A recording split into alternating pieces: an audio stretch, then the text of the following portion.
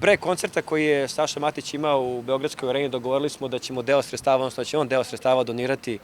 za ovu školu. Takođe smo dogovorili da ćemo zajedno obići. I evo sjajna prilika da malo provedemo vreme sa ovom decom, da im pokažemo kako kroz donacije možemo da njihov život učinimo boljim i lepšim. I dali smo jedno veliko obećanje, a to je da ćemo za 100 godina od postojanja ove škole, što je sledeće godine, napraviti pored nje i veliki poligon koji će deca da koriste kako bi se lakše snalazila na ulici. Dakle, da ovde u okviru škole uče kako da se snađu na ulici i da onda samo uz beli štap to mogu da urade sigurnije i bezbednije. I na neki način pokazujemo koliko nam je stalo prvo do dece